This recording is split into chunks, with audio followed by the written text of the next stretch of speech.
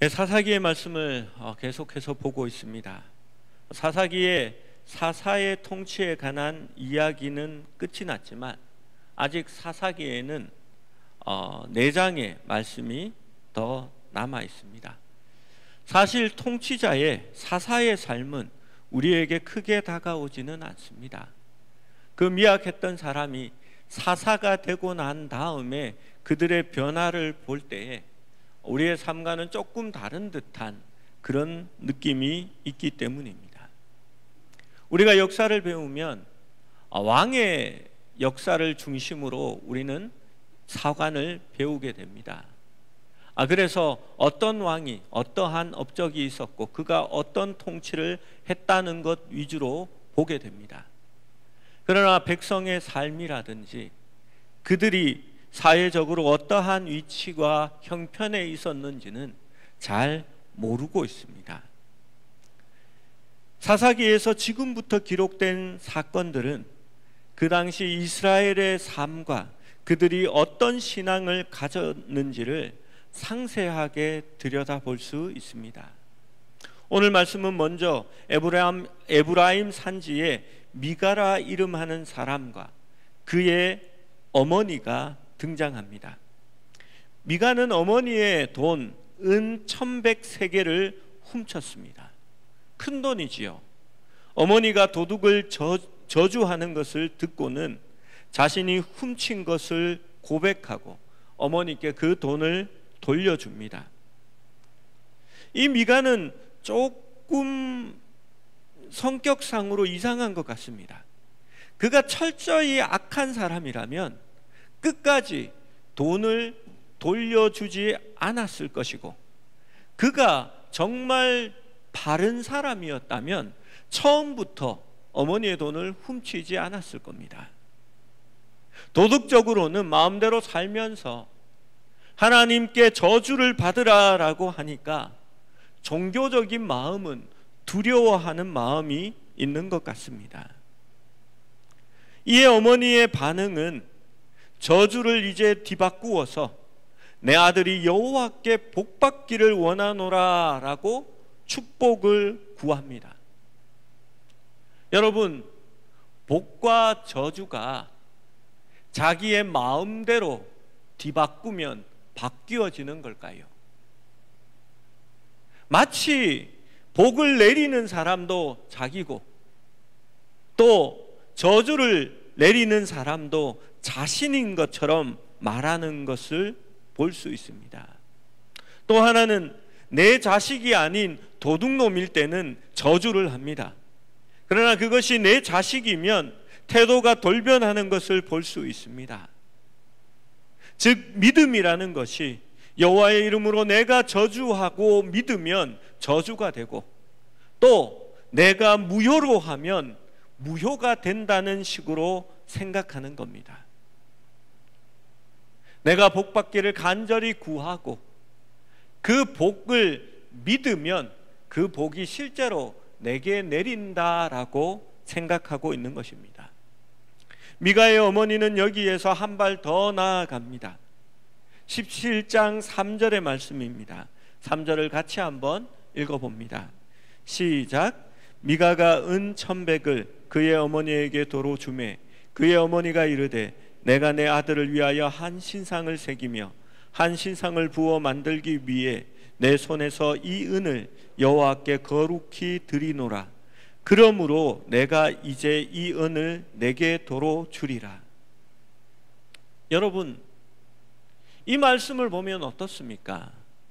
이상하지 않습니까? 그가 내 아들을 위하여 한 신상을 새기고, 이 신상이라는 것은 하나님의 형상을 얘기하는 것일 겁니다. 왜냐하면 뒤에 내가 이 은을 여호와께 거룩히 드리노라 라고 말하기 때문입니다. 여러분, 이것을 하나님이 기뻐하실까요? 자기 아들을 위하여 신상을 만드는 것은 분명히 십계명의 위배가 되는 하나님이 싫어하시는 행위입니다. 그런데 그는 여호와께 거룩하게 드렸다라고 말합니다. 아니요, 하나님을 핑계한 거지 하나님께 드린 게 아닙니다. 자기의 자식을 위하여 하나님을 거스르고 하나님이 싫어하는 것을 행하면서도 하나님께 거룩하게 드렸다 착각하는 겁니다. 미가나 그의 어미나 말씀대로 삶을 살아가지는 않습니다. 그들은 죄책감도 없습니다. 그러나 하나님의 저주는 두려워하고 여호와께 복받기는 원하는 것입니다. 아들이 잘못하면 그 어미는 자식을 야단치는 것이 아니라 오히려 그 잘못을 무마하고 하나님께 더 큰 복받기를 빌고 신당을 꾸며놓고, 또 미가는 신상과 에봇을 만들어 가정의 수호신인 드라빔마저도 거기에 놓게 되는 겁니다. 이렇게 영적으로 또 도덕적으로 잘못된 일을 하고 있습니다. 전혀 하나님과는 반대되는 행위를 하고 하나님의 뜻은 무시하면서도 축복을 받고 잘 되리라 라고 생각하고 있는 것입니다. 사실 이 일을 살펴보십시오. 이 일은 여러 가지 계명을 어긴 일입니다.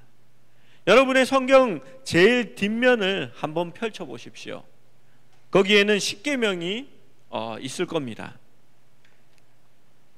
먼저 5계명을 살펴보십시오. 내 부모를 공경하라. 어머니의 돈을 몰래 훔쳐가는 자식이 부모를 공경하는 자식일까요? 아닙니다. 8계명을 보십시오. 도둑질하지 말라라고 되어 있습니다. 9계명을 보십시오. 내 이웃에 대하여 거짓 증거하지 말라라고 했습니다. 도둑질을 하고 시침이 떼는 것은 벌써 거짓 증거한 것입니다. 10번째는 내 이웃의 집을 탐내지 말라, 또 내 이웃의 것을 탐내지 말라라고 기록되어 있습니다. 어머니는 이웃이 아니잖아요. 그렇게 문자적으로 보실 것은 아닙니다. 어머니의 것을 훔쳤고 탐내었던 것입니다. 여기에 더하여서 집안에 거짓 신상을 만들어서 두 번째 계명도 어기게 됩니다. 두 번째 계명이 뭡니까? 너를 위하여 새긴 우상을 만들지 말고, 또 위로 하늘에 있는 것이나 아래로 땅에 있는 것이나 땅 아래 물속에 있는 것에 어떤 형상도 만들지 말며 그것들에게 절하지 말며 그것들을 섬기지 말라라는 말씀입니다. 그리고 이들이 그 은을 가져왔을 때 그 어머니는 여호와의 이름을 빌어서 축복을 합니다. 여기에서 세 번째 계명도 어기게 되는 것입니다. 너는 내 하나님 여호와의 이름을 망령되게 부르지 말라. 하나님의 이름을 자기의 뜻에 비추어 이용한 것입니다. 여러분, 그것뿐이겠습니까? 첫 번째 계명은 너는 나 외에 다른 신들을 내게 두지 말라라고 말씀합니다. 여러분, 범죄의 종합 세트입니다. 단번에 10계명 중에 7계명을 어기고 있는 것입니다.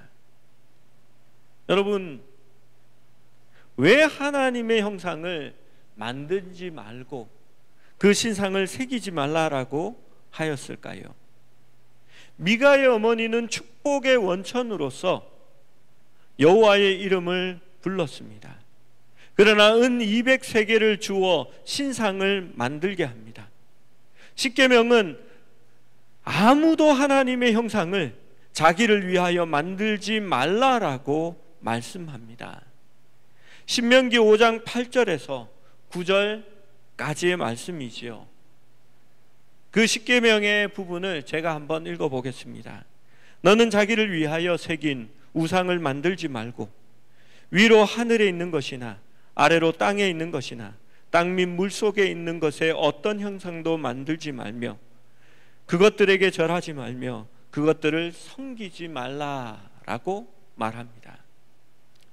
여러분, 하나님을 어떤 형상으로 새기거나 묘사하면 그것은 하나님이 아닙니다. 하나님의 본질의 일부분을 드러내는 것이지만 자동적으로 다른 면은 감추어지기 때문입니다. 옛날 성경책에는 앞에 예수님의 그림, 성화가 붙어 있는 것이 많았습니다. 여러분 본 적이 있으시지요? 또 그림들을 보면 예수님의 얼굴이나 예수님의 형상을 그려놓은 것들이 많이 있습니다. 천주교회에 가면 많은 조각상도 거기에 있습니다. 여러분, 만약 예수님을 그림으로 그려서 예배하려고 한다면 어떤 모습을 그려야 할까요? 미소 짓는 사랑의 모습을 그려야 할까요? 아니면 장엄하고 웅장한 모습을 그려야 할까요? 그림이나 조각은 하나님의 영광의 전체적인 모습을 표현하지 못하고 하나님에 대한 우리의 견해를 왜곡하게 할 것입니다. 마치 하나님을 인간의 한 면만 보이는 것으로 만들어 놓고 그 점만을 강조하게 되는 것입니다. 그러므로 형상을 만들어 하나님을 예배하려고 하는 것은 하나님이 존재하시는 그 모습 그대로 순복하는 것이 아니라 자신의 구미에 맞는 하나님을 창조하려고 특정한 어떠한 모습들만 고르고 선택하기 원하는 내 내면의 욕망에서 그것이 드러나는 것입니다. 형상을 가지고 예배하는 것의 진짜 문제는 하나님을 영적으로 내 마음에서 빚고 그 하나님을 조각하려는 욕망입니다. 현대식으로 말하자면 하나님이 우리의 삶 속에서 하나님이 되시게 하는 것을 거부하는 겁니다. 하나님을 내가 생각하는 것, 내가 만들어가는 것, 내가 인식하는 것 안에 두게 되는 겁니다. 하나님이 나를 초월하시고 하나님의 존재가 우리를 넘어선다라는 것을 인정하지 못하게 되는 것입니다. 미가의 가정처럼 하나님을 우리 가정과 내 마음에 맞춰서 다시 조각하는 것입니다. 그것은 계명을 지키고 인격적인 상호작용을 하는 하나님이 아니라 내가 원하는 말씀과 내가 원하는 축복만을 취사 선택하고자 하는 전형적인 모습을 보이는 것입니다. 진짜 사람과의 관계에서도 그 인격적인 관계에서도 상대방이 우리의 의견에 대립하고 나의 신기를 불편하게 만드는 겁니다. 그게 상호작용이 일어나는 겁니다. 부부가 결혼을 하면 내가 좋고 내가 원하는 부분만을 선택해서 이 사람이 내 아내다라고 말할 수 있을까요? 서로 부딪히고 모난 부분들이 깎여 나가면서 더 깊은 관계와 친밀감을 일구어 가는 것입니다. 여러분, 더더욱 주님과의 관계에서는 완전하신 하나님과 동행하면서 우리가 점점 주님을 닮은 모습으로 바뀌어 가는 것을 그 전제 아래 두고 있는 것입니다. 하나님은 변하시는 분이 아닙니다. 하나님은 우리의 마음대로 조각할 수 있는 분도 아닙니다. 우리가 그 하나님을 보고 우리가 깎이어지고 우리가 하나님과 닮은 모습으로 변화되어 가는 것입니다. 그래서 점점 주님을 닮은 모습으로 바뀌어 가고 그분의 형상을 우리가 나타내게 되는 것입니다.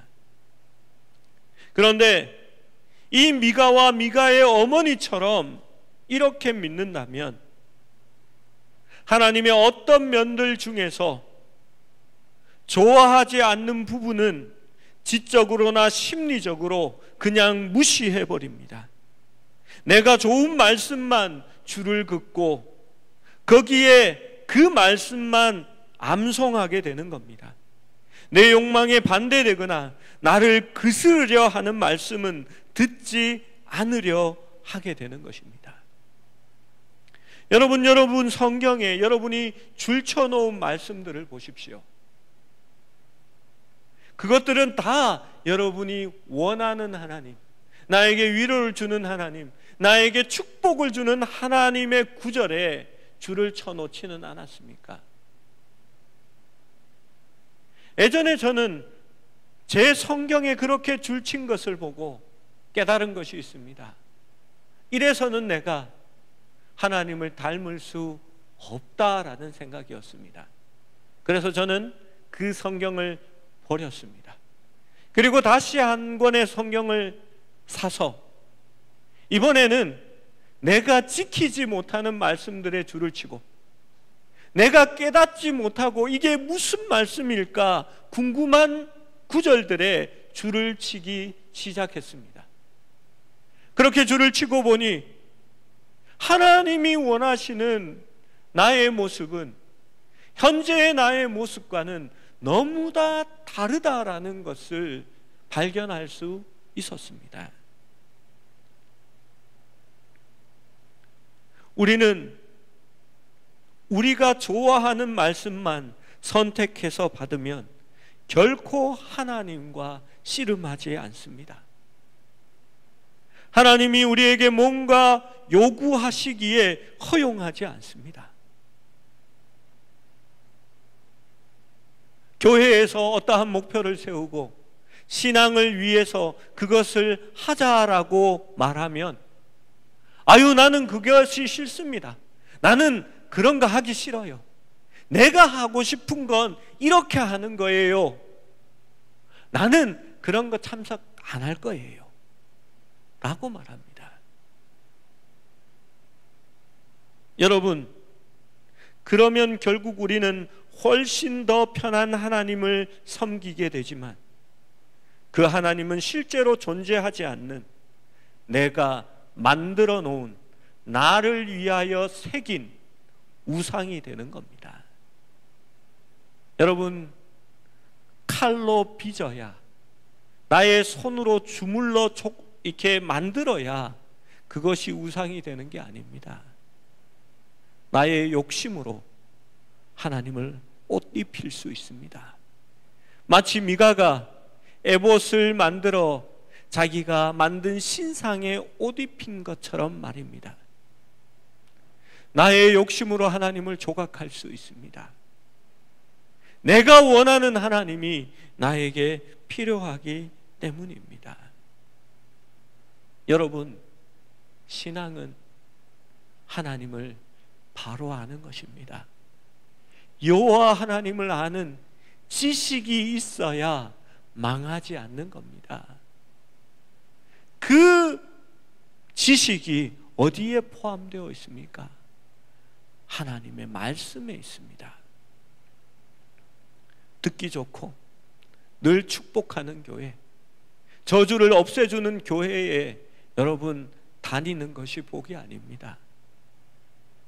하나님의 말씀을 바로 가르치고 날마다 나의 양심을 후벼 팔 수 있는 그 교회가 진짜 교회입니다.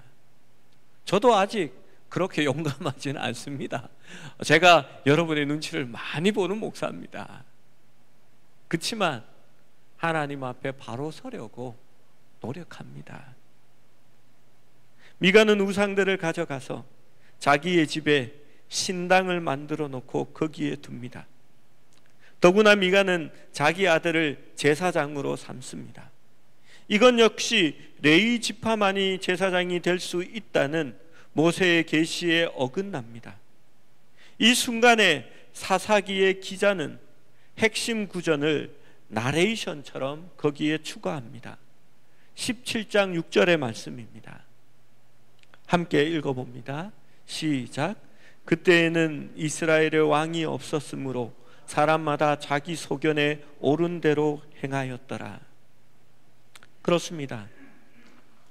하나님의 뜻에 대하여 바르게 말할 사람이 없었고 하나님이 그들의 왕이 되지 못하므로 사람들이 내 소견에 옳은 대로 행하였다라고 말합니다. 여러분, 잘했다는 말입니까? 못했다는 얘기입니까? 못했다는 얘기입니다. 내 소견에 옳은 대로 해가는 게 아니라 정확한 하나님의 뜻에 따라 행하는 것이 필요하기 때문입니다. 7절에 다시 한 사람이 등장합니다. 그는 유다 베들레헴에 있었던 한 청년이었습니다. 레위인이었고 거기에 거류하였습니다. 그는 제사장으로서 백성을 섬겨야 했던 그곳을 떠나서 자신이 거주할 곳을 찾아서 옮겨 다닙니다. 이 레위인에 대해서는 다음번에 한번 보겠습니다. 미가는 이 레위인을 만났을 때 자기 집에 자기를 위해 만든 자기 마음대로의 신전을 더 멋지게 꾸밀 기회를 가지게 된 겁니다. 그래서 나의 제사장과 아비로 모실 테니 와서 나의 제사장이 되어라 라고 말합니다. 여러분, 제사장은 사람의 편에서 사람의 제사장이 아닙니다. 그리고 이 레위인은 이제 가서 그 미가의 아들같이 여겨지는 제사장이 됩니다. 여러분, 제사장이 자기 아버지 같고 때로는 아들 같은 존재가 되는 것입니다. 레위는 미가의 집에 제사장을 머물기로 하고, 레위는 미가의 집에서 제사장으로 머물기로 하고, 미가는 레위인을 자기의 제사장으로 고용합니다. 이제 미가의 신전은 모세의 율법에 규정된 신성한 예배의 기본 규정에 외적으로 더 접근합니다. 레위인 제사장을 두게 된 것입니다. 여기에 더 큰 문제가 있습니다. 제사장은 개인의 뜻에 맞추는 사람이 아니라 하나님의 말씀과 하나님의 말씀의 뜻과 그 율법대로 하나님을 이끌어가는 사람들이기 때문입니다.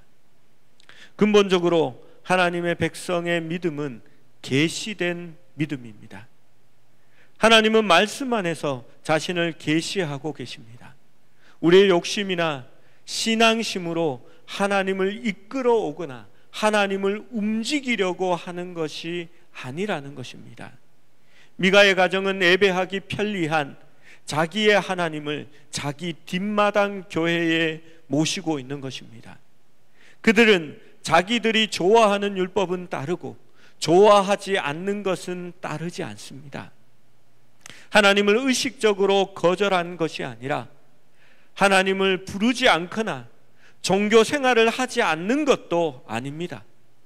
오히려 그들의 종교 생활은 17장에 확산되고 있습니다. 집안에 하나님의 신전을 갖고 있는 것을 보면 매우 헌신적으로 보입니다. 그러나 하나님의 진리와 그 뜻을 따르는 신앙이 아니라 나의 생각, 나의 취향을 따르는 신앙입니다. 하나님을 통제하고 하나님을 길들이려 하고 하나님을 자기의 편한 형상대로 바꾸어 버리려는 신앙입니다. 13절은 미가와 그리고 그의 어미의 수고의 목표를 보여줍니다. 13절은 이렇게 말합니다. 이에 미가가 이르되 레인이 내 제사장이 되었으니 이제 여호와께서 내게 복 주실 줄을 아노라 하니라. 여러분, 레위인이 자기 제사장이 되면 복을 받을까요? 잘못 생각하는 겁니다. 물론 레위인도 어떤 레위인이냐에 따라 다르겠지요. 사무엘은 그가 말하고 행할 때에 하나님께서 그와 함께 계셔서 사무엘이 말한 것 하나라도 땅에 떨어지지 않게 하나님이 행하셨습니다. 왜 그랬을까요? 사무엘이 하나님의 뜻에 따라 행하였기 때문이었고, 하나님의 뜻에 합당한 말을 백성에게 선포하였기 때문입니다. 미가와 그의 어머니의 종교 활동의 목적은 하나님께 접근해서 그가 원하는 것을 하나님께 받아내기 위한 것이었습니다. 그러나 참 신앙은 하나님의 뜻에 순종하여 주님이 그의 뜻대로 나를 사용하시도록 의탁하는 것이 진짜 신앙입니다. 내가 나의 뜻으로 하나님을 움직이려 하는 것이 아니라 하나님이 그의 뜻대로 나를 움직이게 하는 것이 신앙이라는 말입니다. 여러분, 가끔씩 목사에게 아주 잘해주시는 분들이 있습니다. 그러면 목사가 큰 축복을 해주기를 바랍니다. 그런데 그 목사가 자기 편을 들어주지 않으면 갑자기 확 변합니다. 그래서 사꾼 목사가 되고 이상한 짐승 같은 목사로 욕을 하면서 덤벼듭니다. 여러분, 아닌 것을 맞다고 하고 만든 것을 아니라 하면서 축복을 빌어줄 수 있을까요? 여러분, 그렇게만 해주면 축복이 돌아간다고 생각하십니까?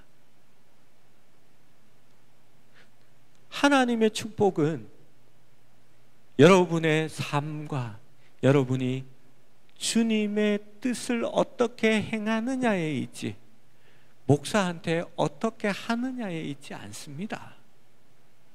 물론 잘 베풀어 주시고 이쁘게 봐주시면 감사하지요. 그것도 이 말씀 안에 있는 다른 부분이지만 그것은 다음번에 한번 말씀드리겠습니다. 그러나 더 중요한 것은 우리의 삶이 하나님의 뜻에 따라 움직여지는 것입니다. 내가 하나님을 만드는 것이 아니라 하나님이 나를 만드시도록 하나님 앞에 나의 삶을 드릴 수 있어야 하는 겁니다. 여러분, 편식하지 마십시오. 우리 목사님은 이 두꺼운 성경 가운데 그 꾸지람이 많은 고린도 전서의 말씀을 설교하셔 라고 하신다면 여러분, 언젠가는 그거 한번 봐야 되지 않겠습니까? 귀에 듣기 좋은 말씀만 들을 수는 없습니다.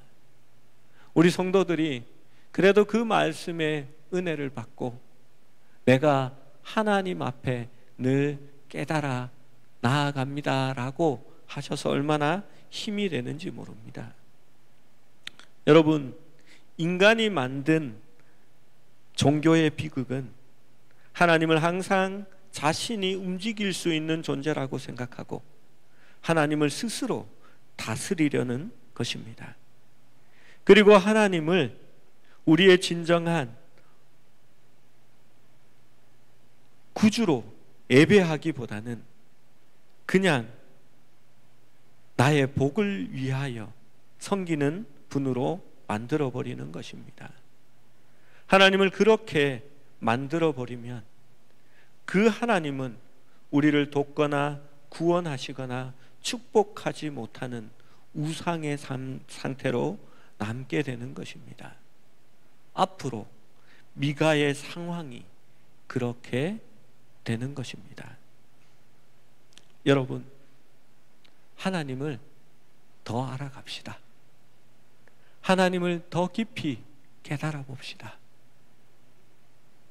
나의 자녀에게 복을 빌어주는 하나님, 나의 가족을 축복해주는 하나님이 아니라 내가 그 하나님의 뜻에 맞추기 위해서 나의 자녀를 그 하나님의 말씀 앞에 굴복시키고 내가 그 하나님 앞에 굴복하여져서 오로지 하나님의 뜻에 엎드려 그 뜻대로 살아갈 수 있는, 내가 하나님을 조각하는 것이 아니라 하나님이 날마다 나를 조각하고 빚으시는 그러한 신앙생활이 될 수 있기를 하나님의 이름으로 축원합니다.